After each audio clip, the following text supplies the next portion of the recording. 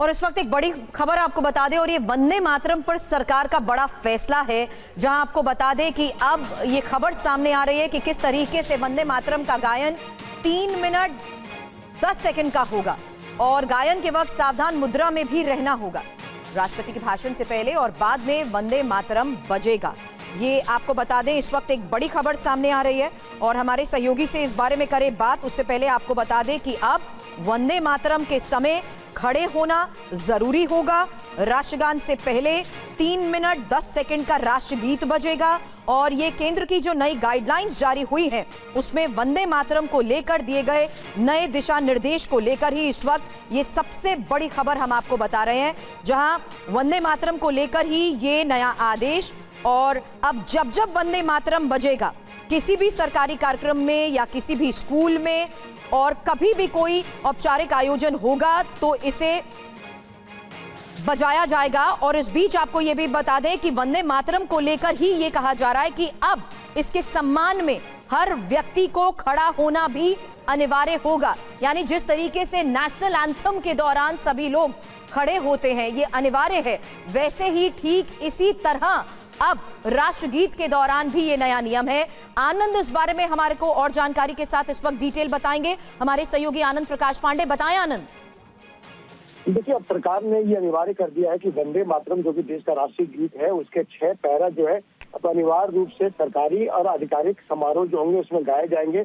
और जो इसका समय भी तय किया गया कि 3 मिनट 6 सेकंड का जो 6 पैरा का जो गायन होता है उसको उसमें गाना होगा। और कब कब इसको गाना, इसको लेकर सरकार ने आधिकारिक एक आदेश जारी किया। दरअसल वंदे मातरम के गायन के लेकर अभी तक कोई आधिकारिक प्रोटोकॉल नहीं था और इस साल हम वंदे मातरम की 185वीं वर्षगांठ मना रहे हैं। इस पर संसद में भी चर्चा हुई और अब सरकार ने इसको लेकर ऑफिशियल प्रोटोकॉल भी जारी किया है और इसमें ये बताया गया है कि जब राष्ट्रीय ध्वज फहराया जाएगा, किसी कार्यक्रम में अगर राष्ट्रपति आ रहे हैं या जा रहे हैं या फिर राष्ट्रपति का अगर देश के नाम संबोधन हो रहा है, उनका भाषण हो रहा है, तो उसके पहले उसके बाद में भी इसको गाया जाएगा। और कोई ऐसा अवसर होगा जब राष्ट्रीय गीत और राष्ट्रीय गान दोनों गाना होगा तो पहले राष्ट्रीय गीत को गाया जाएगा और उसके बाद राष्ट्रीय गान गाया जाएगा। दरअसल वंदे मातरम को लेकर काफी समय से बात की जा रही थी कि इसको लेकर कोई प्रोटोकॉल नहीं है, राष्ट्रीय गान को लेकर है लेकिन राष्ट्रीय गीत को लेकर नहीं है। अब गृह मंत्रालय ने बाकायदा वो 6 पैरा जो है जो गाए जाएंगे उसका भी जिक्र उस ऑर्डर में किया, जिन 6 पैरा को इन आधिकारिक समारोह में गाया जाएगा। वैसे ही इस साल वंदे मातरम की रचना के 150 साल पूरे हुए हैं और अब ये एक और सबसे बड़ी खबर है, जहां राष्ट्रगीत के दौरान अब खड़ा होना भी जरूरी होगा।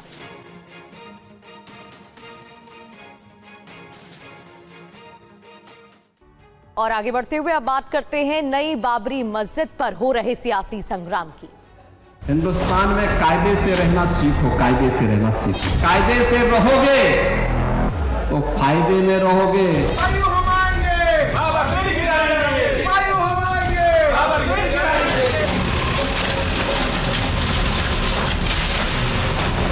मैं यहाँ पर मस्जिद बना के ही छोड़ूंगा, किसी को कोई रोक सकता रोक नहीं किया। जितना उनकी कुर्सी को खतरा होगा उतना ही वो कम्युनल हो जाएगी। जय जय श्री राम, जय श्री राम, जय श्री राम। तो न्यू बाबरी को लेकर सवाल तो खड़े हो ही रहे हैं। नई बाबरी मस्जिद का निर्माण तो बंगाल के मुर्शिदाबाद में शुरू हो रहा है, लेकिन इसके खिलाफ उत्तर प्रदेश में सियासी तापमान सबसे ज्यादा है।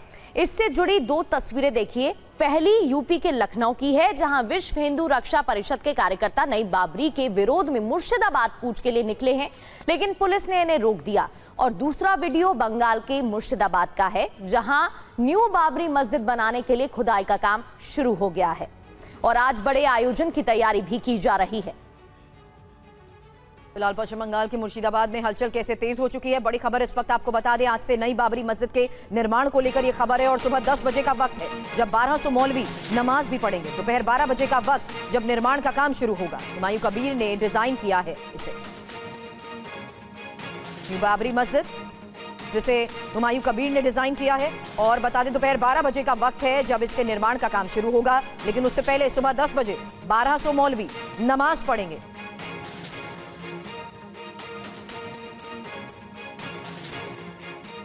तो वहीं हुमायूं कबीर ने कहा कि सीएम योगी को जो कहना है कहने दीजिए, मुर्शिदाबाद में बाबरी मस्जिद बनकर रहेगी। योगी आदित्यनाथ बोलने दीजिए। बंगाल का जो चीफ मिनिस्टर है वो ममता बनर्जी है। अभी तक भारत का जो संविधान है उस संविधान पे मेरा हक है मस्जिद बनाने का। या अयोध्या नहीं है, लखनऊ नहीं है, ये यूपी नहीं है, ये बंगाल है या मुर्शिदाबाद है। मैं यहाँ मस्जिद बना के ही छोड़ूंगा। किसी को कोई रोक सकता, रोक लीजिए। आपको बता दें, इससे पहले बाराबंकी में सीएम योगी ने कहा था कि कयामत तक बाबरी मस्जिद नहीं बन पाएगी और इनके सपने कभी पूरे नहीं होंगे। जो लोग अभी सपना देख रहे हैं बाबरी ढांचे का, तो उनको हम भी ये बता देना चाहते हैं कि कयामत का दिन कभी नहीं आने वाला है और कभी नहीं आएगा। हिंदुस्तान में कायदे से रहना सीखो, कायदे से रहना सीखो। कायदे से रहोगे तो फायदे में रहोगे, और नहीं तो कानून कोई तोड़ेगा तो वह रास्ता सीधे जहन्नुम की तरफ ही लेके जाता है, कहीं और की तरफ नहीं लेके जाता है। वहीं अखिलेश यादव ने मुख्यमंत्री योगी आदित्यनाथ पर कयामत जैसे उर्दू शब्दों के इस्तेमाल पर तंज कसा और बीजेपी पर कम्युनल राजनीति करने का आरोप लगाया। उनसे कहो कयामत उर्दू मत इस्तेमाल करो। जो मुख्यमंत्री उर्दू के खिलाफ था वो कयामत की बात कर रहा है। फिर कहता हूं मैं आपसे, जब मुख्यमंत्री घिर जाते हैं, बीजेपी कमजोर हो जाती है, उनकी कुर्सी जाने का डर बढ़ जाता है, तो वो क्या करते हैं? कम्युनल हो जाते हैं। जितना उनकी कुर्सी को खतरा होगा उतना ही वो कम्युनल हो जाएंगे। और हमारे सहयोगी रविशंकर दत्ता हमें ज्वाइन करने वाले हैं, उनसे इसको लेकर करें बात। सीधी तस्वीरें अगर संभव है तो देखें। उससे पहले खबर आपको बता दें, क्योंकि मुर्शिदाबाद में बाबरी मस्जिद निर्माण पश्चिम बंगाल में चुनाव से पहले एक बड़ा मुद्दा बन गया है।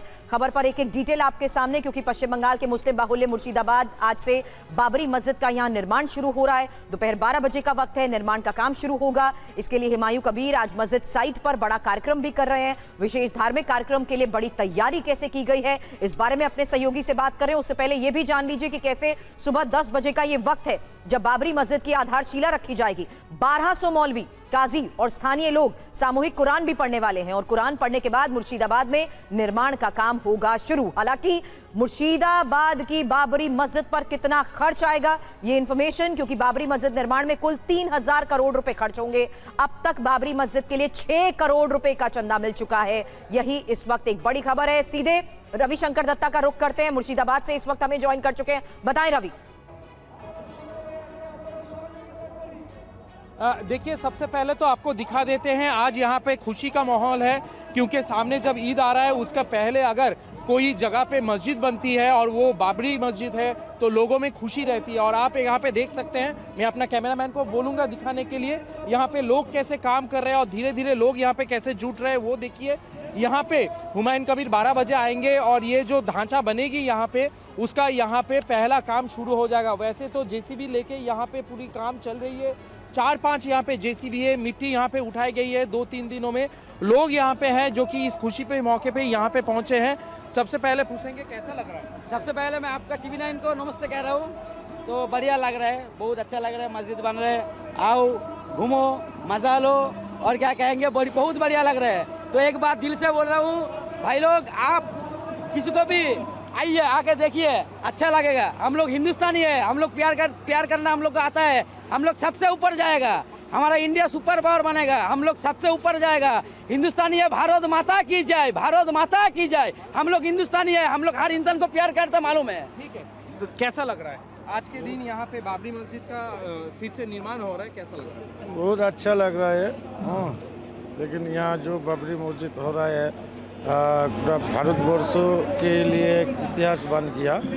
और जो हुमायूं कबीर साहब जो उद्योग को लिया है वो अच्छा है ही, लेकिन एक बात है, इस तरह भारतवर्ष में एक बार बाबरी मस्जिद तो ध्वंस हुआ हो, फिर लेकिन सुप्रीम कोर्ट भी राय दिया था, उसमें वो मकान भी दिया है, वह भी नहीं हुआ। तो यह हो रहा है, लेकिन हमसे ऐसा बात बोलेंगे सारा भारतवर्ष के आदमी को जी, धर्म जर्जर उस सब सवाल है। हाँ ठीक है, लेकिन कैसा लग रहा है? कैसा लग रहा है? बहुत अच्छा लग रहा है, अल्हम्दुलिल्लाह बहुत अच्छा लग रहा है। हम लोगों का बचपन से ये उम्मीद था, अभी पूरा हो रहा है। इंशाल्लाह और भी करीब हो जाएगा और भी करीब करीब आदमी आएगा। हम उलबड़िया से आ रहा है। जी चलिए, यहाँ पे और भी कुछ लोग हैं, उनसे पूछते हैं कैसा लग रहा है। बहुत अच्छा लग रहा है, बढ़िया लग रहा है। अच्छा, मन को शांति मिला ईद से पहले। बिल्कुल रवि, आप बातचीत जारी रखिएगा। तो करीब 1200 लोगों के पहुंचने के बाद कुरान पढ़ने का भी मामला सामने आ रहा है और बताया जा रहा है इस दौरान कई कार्यक्रम रहने वाले हैं। बहुत बहुत शुक्रिया रवि आपका जानकारी देने के लिए और तमाम बातचीत के लिए।